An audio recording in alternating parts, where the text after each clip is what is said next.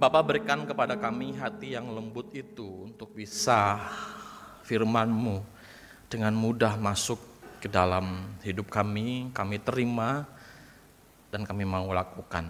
Kami mau mendengar firman-Mu, Tuhan tolong kami supaya sekali lagi firman-Mu mengarahkan bagi kami bagaimana kami harus hidup bersama dengan Engkau sebagai anak-anak-Mu, sebagai jemaat-Mu. Berkati hamba-Mu boleh menyampaikan kebenaran-Mu di tengah segala kekurangannya. Dalam Yesus kami berdoa dan bersyukur. Amin. Shalom Bapak Ibu Saudara. Mari kita buka Alkitab kita dari kitab Wahyu pasal yang kedua.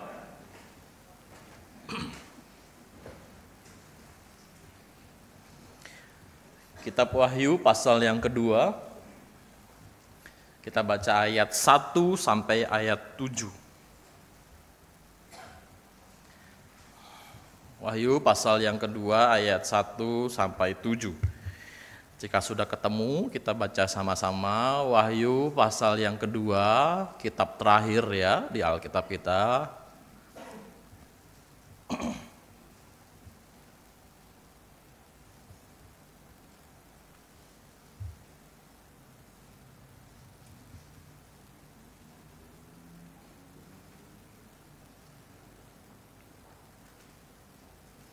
Wahyu pasal yang kedua ayat 1 sampai 7. Sudah ketemu, kita baca sama-sama ya. Kepada jemaat di Efesus 1, 2, 3. Tuliskanlah kepada malaikat jemaat di Efesus, inilah firman dari Dia yang memegang ketujuh bintang itu di tangan kanannya dan berjalan di antara ketujuh kaki pelita emas itu. Aku tahu segala pekerjaanmu, baik jerih payahmu maupun ketabahanmu. Aku tahu bahwa engkau tidak dapat sabar terhadap orang-orang jahat, bahwa engkau telah menguji mereka yang menyebut dirinya rasul, tetapi yang sebenarnya tidak demikian, bahwa engkau telah mendapati mereka pendusta. Engkau tetap tabah, sabar menderita karena namaku, dan tidak mengenal lelah. Meskipun demikian aku mencela engkau, karena engkau telah meninggalkan kasihmu yang semula. Sebab itu ingatlah betapa dalamnya engkau telah jatuh. Bertobatlah dan lakukanlah lagi yang semula engkau lakukan. Aku akan datang kepadamu dan aku akan mengambil kaki pelitamu dari tempatnya jikalau engkau tidak bertobat. Tetapi inilah yang ada padamu, engkau membenci segala perbuatan pengikut-pengikut Nikolaus yang juga kubenci.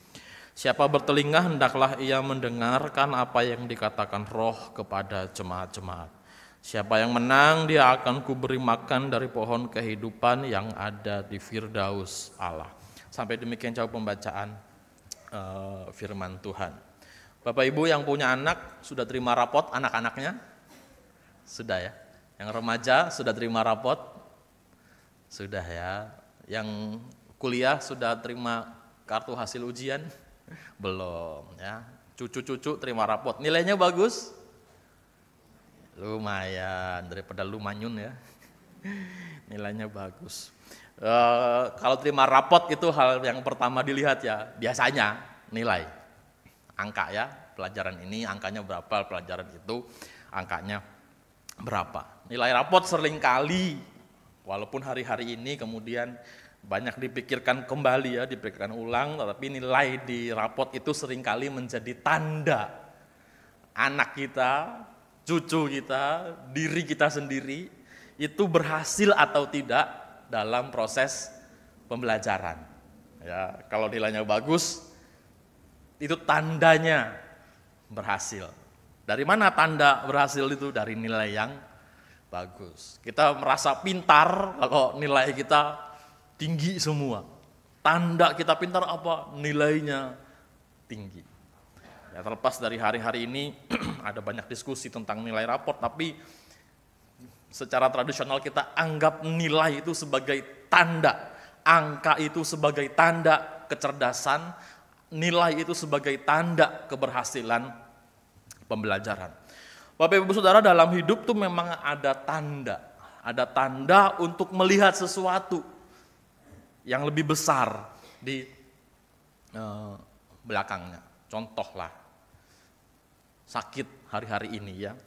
Sakit itu ada gejalanya Bapak Ibu. Dan biasanya gejala dengan penyakitnya itu bisa dua hal yang berbeda. Ya, bisa dua hal yang berbeda. Karenanya bisa aja dokter salah diagnosa. Kenapa? Karena tandanya apa?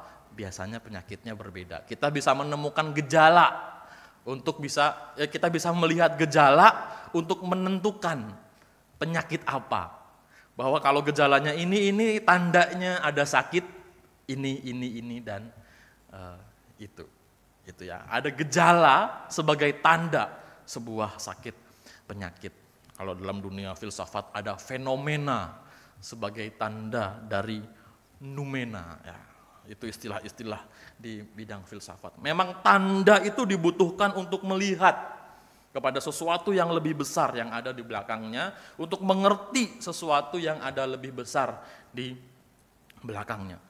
Tanda itu dipakai untuk menganalisa hal yang jauh lebih besar, dan tanda itu harus terlihat secara empiris. Nah, Saudara, dalam kitab Wahyu itu ada salah satu fitur ya, dalam kitab Wahyu itu ada 7 gereja yang ditegur oleh Tuhan. Ya, diapresiasi juga, tetapi ada perkataan kepada 7 gereja, salah satunya yang dimulai dari pasal 2 dan dimulai kepada jemaat di Efesus. Dan nampaknya jemaat di Efesus menunjukkan tanda-tanda tertentu. Tuhan bilang ya, aku tahu segala pekerjaanmu di ayat 2, baik jerih payahmu maupun ketabahanmu. Aku tahu bahwa engkau tidak sabar terhadap orang jahat, bahwa engkau telah menguji mereka yang menyebut dirinya rasul, tetapi yang sebenarnya tidak demikian, bahwa engkau telah mendapati mereka pendusta. Minimal ada 4 tanda di sini Bapak Ibu yang terlihat di tengah-tengah jemaat di Efesus. Apa jemaat di Efesus itu? Tanda yang kelihatan apa? Mereka adalah jemaat yang berjerih payah, kata Tuhan. Berjerih payah itu adalah kemampuan untuk bertahan dalam kelelahan. Kalau dalam kitab Wahyu di jemaat Efesus, khususnya kemampuan bertahan dalam kelelahan berkaitan dengan penderitaan sebagai orang Kristen. Ya, kita tahu ya bahwa orang Kristen mula-mula itu hidupnya penuh penderitaan karena mereka dibenci oleh semua orang. Oleh orang Romawi dianggap pemberontak, oleh orang Yahudi dianggap orang sesat gitu ya. Mereka dibenci dari berbagai sisi oleh semua orang saat itu. Dan mereka mampu bertahan, berjerih payah untuk itu ya. Kata payah itu kan artinya lelah yang sangat teramat sangat. Mereka bertahan dalam kelelahan penderitaan. Dan penderitaan sebagai orang percaya sebenarnya bukan hal yang baru bagi jemaat Efesus, karena sejak pertama Tuhan sudah bilang ya di khotbah di bukit Matius pasal 5 itu ayat 11-12. Berbahagialah kamu jikalau oleh namaku kamu menerima aniaya. Tuhan sudah bilang kalau kamu menderita oleh karena namaku kamu berbahagia. Maka penderitaan sebagai orang percaya merupakan nilai yang baik di tengah-tengah kehidupan jemaat Tuhan. Dan orang Efesus, jemaat di Efesus, mereka adalah orang-orang yang mampu bertahan di tengah penderitaan. Tanda yang kedua, mereka adalah orang-orang yang tabah. Ya, bahasa di Alkitabnya tabah. Yang artinya jemaat yang sebenarnya kalau diartikan dari kalimat aslinya jemaat yang tekun. Ya, tekun dan giat baik dalam kehidupan komunal sebagai gereja maupun sebagai dalam pelayanan sebagai jemaat Tuhan.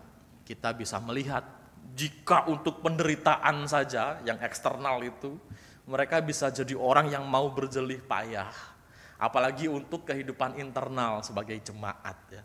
Pelayanan, kehidupan bersama sebagai jemaat Tuhan, tentu mereka lebih kuat lagi untuk menjadi tekun. Mereka adalah orang-orang yang giat, yang tekun untuk mengusahakan pertumbuhan di tengah-tengah kehidupan bersama. Secara khusus tentang pemahaman mereka terhadap kitab suci. Mereka orang-orang yang sabar, tekun, menunjukkan bahwa mereka itu setia ya, punya kemauan dan setia dalam proses pertumbuhan yang seringkali tidak sebentar itu. Tanda yang ketiga, mereka tidak sabar terhadap orang jahat. Masih di ayat 2 ya Bapak Ibu ya, bahwa engkau tidak dapat sabar terhadap orang-orang jahat, atau kalau dalam bahasa aslinya engkau tidak toleran terhadap apa yang jahat. Ini jemaat Efesus adalah jemaat yang tidak mentoleransi hal-hal jahat di tengah-tengah mereka. Tidak dijelaskan secara spesifik apa hal-hal jahat itu ya, tetapi segala bentuk kejahatan itu mereka tidak kompromi, tidak toleran. Mereka bisa dengan sungguh-sungguh, mereka bisa dengan radikal menolak segala bentuk kejahatan. Ini menunjukkan orang-orang yang standar moralnya tinggi, ya, standar moralnya murni gitu. Jadi apapun yang jahat mereka nggak kompromi, sekalipun mungkin itu menyenangkan dan memudahkan dalam hidup. Dan yang terakhir ini hal yang sangat-sangat menurut saya keren. Kenapa? Karena mereka menguji rasul-rasul, bahwa engkau telah menguji mereka yang menyebut dirinya rasul, tetapi yang sebenarnya tidak demikian, bahwa engkau telah mendapati mereka pendusta. Ini jemaat, tapi punya kemampuan menguji siapa? Rasul-rasul palsu. Jemaat tapi cukup pintar, cukup paham doktrin-doktrin untuk menilai pengajar-pengajar palsu. Memang budaya mengajar itu sedang marak ya Bapak Ibu di konteks perjanjian baru. Banyak pengajar-pengajar, banyak guru-guru, banyak filsuf-filsuf, dan biasanya mereka orang-orang tenar yang disukai oleh masyarakat. Karena mengajarkan ide-ide pengetahuan yang baru, termasuk dalam kekristenan. Banyak sekali pengajar-pengajar yang seringkali didapati oleh jemaat Tuhan adalah pengajar-pengajar yang sebenarnya palsu. Rasul-rasul yang palsu. Menguji pengajar palsu itu butuh pemahaman yang solid tentang dasar-dasar doktrin. Kalau nggak ngerti doktrin, nggak bakal bisa menguji dengan benar, nggak bakal bisa menilai dengan benar. Dan jemaat di Efesus punya kemampuan itu. Efesus memang kota dan jemaat yang menggairahkan untuk menjadi tempat pembuktian para pengajar-pengajar. Kenapa? Karena Efesus kota besar, ibu kota di Asia saat itu ya, Asia yang hari ini di wilayah Turki ya. Efesus ini kota besar di Asia yang saat itu dikuasai oleh Roma. Di situ ada banyak perkembangan budaya, di situ ada banyak perkembangan. Dan jemaat di Efesus ini jemaat yang spesial menurut di Alkitab ya Bapak Ibu. Ada tradisi yang mengatakan bahwa jemaat Efesus ini dibentuk oleh Rasul Yohanes sendiri. Ya, tapi di Alkitab tidak ada bukti itu, tetapi tradisi Kristen mula-mula disampaikan sebagai tradisi itu mengatakan bahwa Rasul Yohanes sendiri yang membuka jemaat di Efesus. Dia melayani di sana. Ya, bahkan dia mati di sana juga. Kita juga mengenal Rasul Paulus pernah pergi ke Efesus. Ya, jadi ini satu jemaat yang didatangi dua orang besar. Yang ada dua orang besar di sana. Ini gereja yang besar, ini wilayah yang besar, ini gereja yang pernah didatangi oleh dua orang besar, Rasul Yohanes, Rasul Paulus. Jadi rasul-rasul itu yang palsu itu suka gitu, datang ke sana untuk mengajar, kemudian mengklaim bahwa saya sama dengan Rasul Yohanes, saya sama dengan Paulus. Kenapa? Karena saya mengajar di Efesus. Padahal cuma datang sekali, ngomong ke 4 orang, begitu kan. Suka gitu ya Bapak Ibu ya, orang membesar-besarkan, saya adalah murid dari si A. Seolah-olah dia adalah muridnya langsung gitu, padahal cuma pernah ikut kelas kuliah umum 1 kali gitu ya. Orang suka mendompleng sesuatu yang lebih besar dari dirinya, supaya membuat dirinya menjadi besar. Dulu dalam kelas homiletik, diajar oleh Ibu Astri dulu, dalam selorohnya, bercanda ya, kalau khotbah kutip itu penulis-penulis besar, supaya khotbahmu kelihatan besar. Gitu. Bercanda. Dalam konteks itu. Nah, pengajar-pengajar palsu ini diperkirakan orang-orang yang seperti ini. Orang-orang yang datang ke Efesus, kemudian mengklaim dirinya bahwa kami adalah bagian dari rasul-rasul. Karena sudah datang ke Efesus, gereja yang besar ini. Nah, jemaat Efesus cukup pintar, cukup mengerti doktrin dan pengajaran Kristen. Sehingga mereka bisa menilai dan menentukan, mendapati bahwa pengajar-pengajar yang semacam ini, yang mendompleng kebesaran gereja dan daerah Efesus ini adalah pengajar-pengajar yang palsu. Bapak Ibu, jemaat yang bertahan dalam jerih payah penderitaan, jemaat yang tekun bersabar untuk bertumbuh, jemaat yang tidak kompromi dengan hal-hal yang jahat, jemaat yang saking pinternya bisa menilai pengajar-pengajar palsu, itu sebenarnya Tanda dari apa? Tanda bahwa gereja Efesus, bahwa jemaat di Efesus adalah jemaat yang bagus. Jemaat yang baik. Jemaat yang sudah berada dalam jalur yang benar. Dikatakan sebagai sebuah commendation. Itu lawan dari kata recommendation. Kalau kita mendengar kata rekomendasi, itu biasanya hal-hal bagus ya, wah rekomendasi. Tapi sebenarnya rekomendasi itu adalah sesuatu yang disampaikan supaya hal itu lebih baik.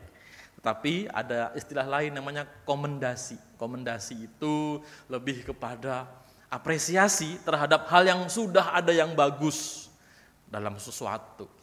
Nah, jemaat di Efesus menerima komendasi dari Tuhan bahwa ini sudah bagus.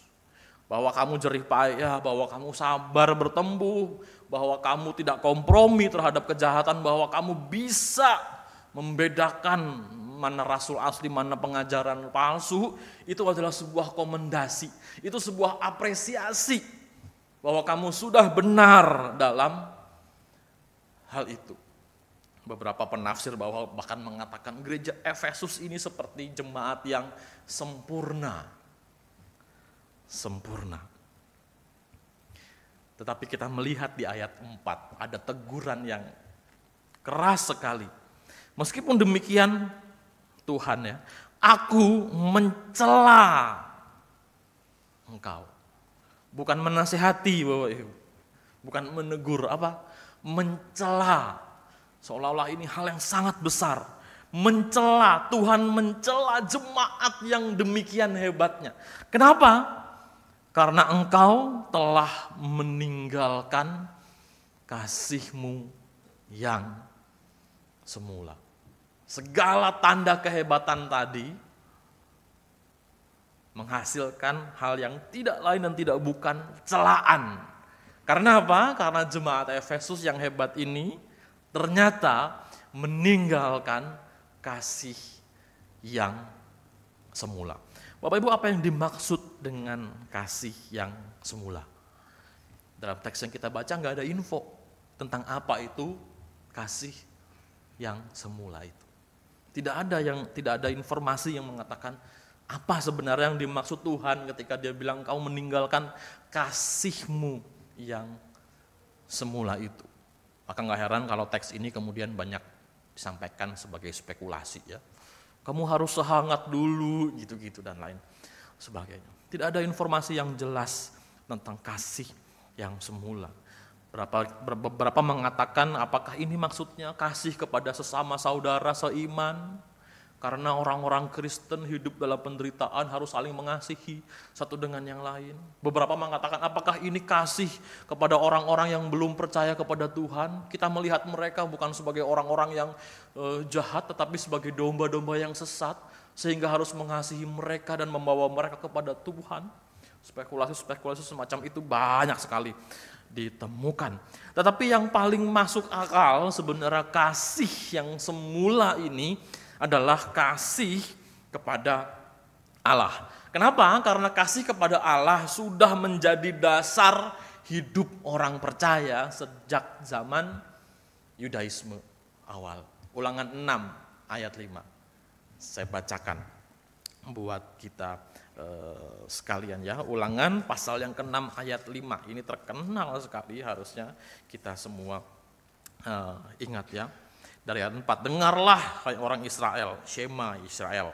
Tuhanlah Allah kita, Tuhan itu Esa. Ayat 5, kasihilah Tuhan Allahmu dengan segenap hatimu, dengan segenap jiwamu, dan dengan segenap kekuatanmu. Itu ulangan perintah yang Tuhan berikan secara langsung. Dan itu juga diulang lagi di perjanjian baru. Markus pasal yang ke-12 ayat 30. Tuhan Yesus mengutip lagi perintah yang terutama ialah dengarkanlah orang Israel, Tuhan itu Allah kita, Tuhan itu Esa, kasihilah Tuhan Allahmu dengan segenap hatimu dan dengan segenap jiwamu dan dengan segenap kekuatanmu.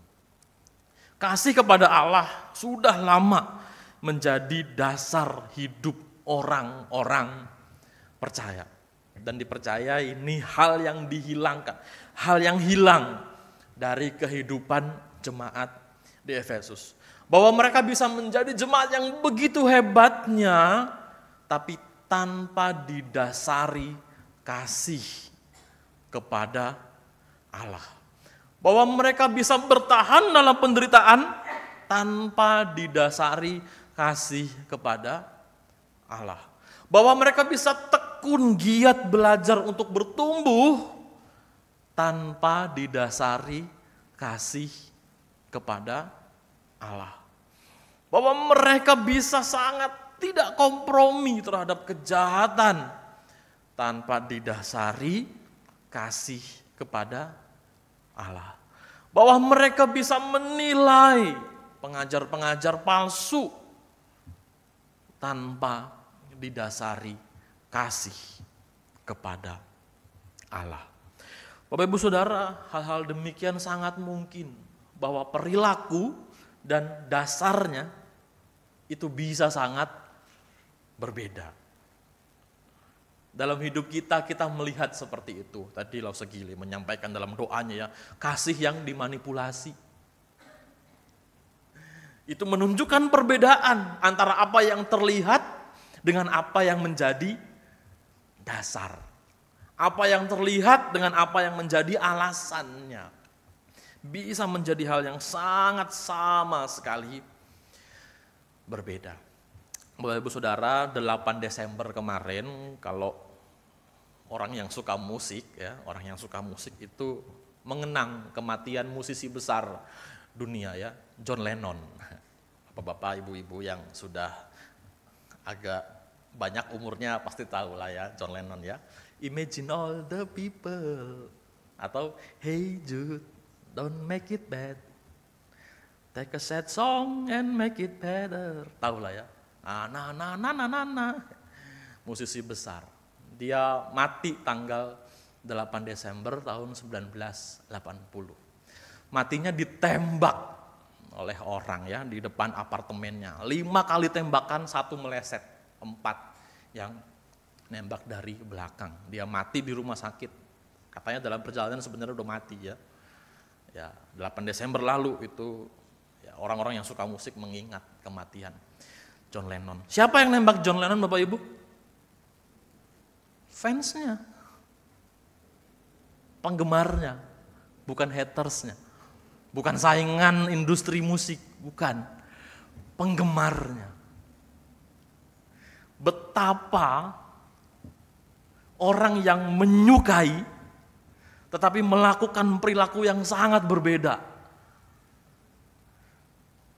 Dia suka dengan John Lennon tapi perilakunya apa? Dibunuh dengan 5 kali tembakan, 1 meleset, 4 kena sampai mati. Orang bisa, Bapak Ibu Saudara, punya perilaku tetapi sebenarnya tujuannya berbeda.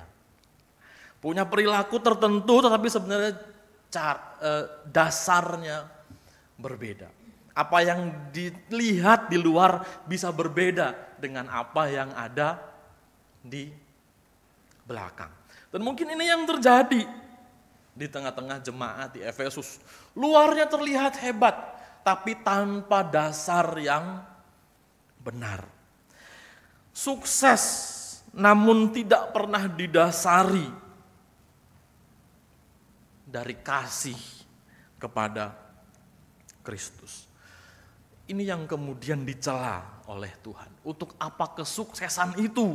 Untuk apa kehebatan jemaat Efesus jika itu tidak pernah dilakukan sebagai dasar, sebagai ekspresi kasih jemaat itu kepada dirinya. Untuk apalah segala pencapaian jika itu tidak berangkat dari hati, jiwa, jemaat, orang-orang yang mengasihi Tuhan. Seperti hambar, seperti sia-sia segala hal yang baik itu jika bukan kasih dasarnya. Atau bahkan seperti kemunafikan, kepalsuan, manipulatif. Hal-hal yang tampak baik tetapi sebenarnya tidak pernah berangkat dari kasih. Sebenarnya tidak menunjukkan hati yang mengasihi. Mungkin inilah yang kemudian membuat Tuhan mencela jemaat yang hebat ini. Mencela orang-orang yang hebat ini. Kenapa? Karena kehebatannya seperti palsu. Kehebatannya seperti tidak ada arti kehebatannya. Seperti hal-hal yang tidak didasari oleh apa yang benar, yaitu kasih kepada Allah. Bapak Ibu Saudara, ini juga menjadi sebuah peringatan kepada kita bahwa kita adalah orang-orang yang selalu ingin jadi lebih hebat, bukan? Saya pernah sampaikan dalam khotbah yang beberapa waktu yang lalu. Kalau orang itu tidak pernah ingin lebih hebat dari versi sebelumnya, dari dia hari kemarin, itu orang yang salah. Ya, orang yang gak pengen jadi lebih baik itu gak punya tujuan dalam hidupnya. Saya pikir kita adalah jemaat yang ingin selalu lebih baik hari demi hari, ya. Pelayanan lebih baik, keuangan lebih baik, kehadiran jemaat lebih baik, pertumbuhan rohani lebih baik, dan lain sebagainya. Kita jemaat Tuhan yang selalu ingin lebih baik, lebih baik, lebih baik. Apapun diusahakan untuk selalu menjadi lebih baik. Kita jemaat yang kalau belum bisa dikatakan hebat, jemaat yang berusaha untuk jadi jemaat yang hebat.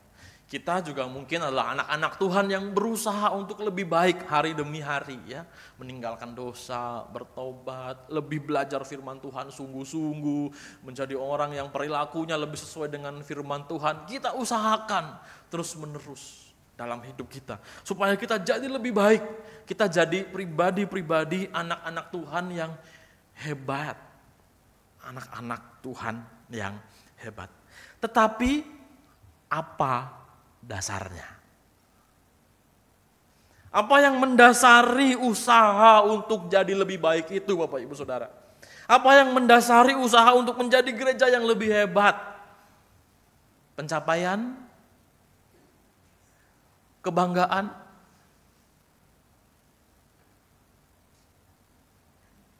Jangan kita mendasari segala usaha-usaha kita untuk menjadi yang hebat selain daripada bentuk cinta, kasih kepada Allah. Beberapa waktu yang lalu, kakak saya kirim stiker WhatsApp kepada saya. Gambar keponakan saya yang bungsu dengan tulisan, ke gereja atau masuk neraka. Pergi ke gereja atau masuk neraka. Pergi ke gereja, baik Bapak Ibu? Baik, di sana kita diajar, di sana kita bertumbuh, di sana kita berkomunitas. Tetapi untuk apa itu tujuannya, dasarnya? Kalau berdasarkan stiker ponakan saya yang bungsu itu, supaya tidak masuk neraka. Ya, pemahaman sederhana anak kecil lah ya, yang sedikit demi sedikit, perlahan-lahan akan kita bentuk sesuai dengan kebenaran firman Tuhan. Itu dia bikin sendiri. Iya, dia bikin sendiri. Lasa-lasa tolong ajarin. Kita hidup rohani, kita berusaha jadi anak-anak Tuhan yang baik. Dasarnya apa? Supaya Tuhan nggak hukum kita, supaya kita nggak masuk neraka. Itu dasar yang salah, Bapak Ibu. Kita berusaha menjadi orang yang lebih benar di hadapan Tuhan. Dasarnya apa? Karena kita mengasihi Tuhan.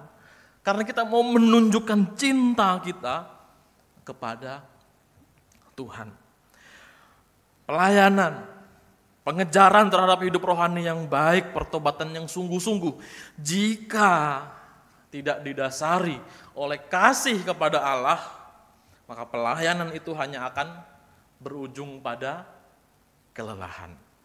Ketaatan kepada Allah itu, pengajaran, usaha untuk hidup sesuai dengan kebenaran Allah itu hanya akan menjadi ketakutan kepada Allah, kengerian kepada Allah.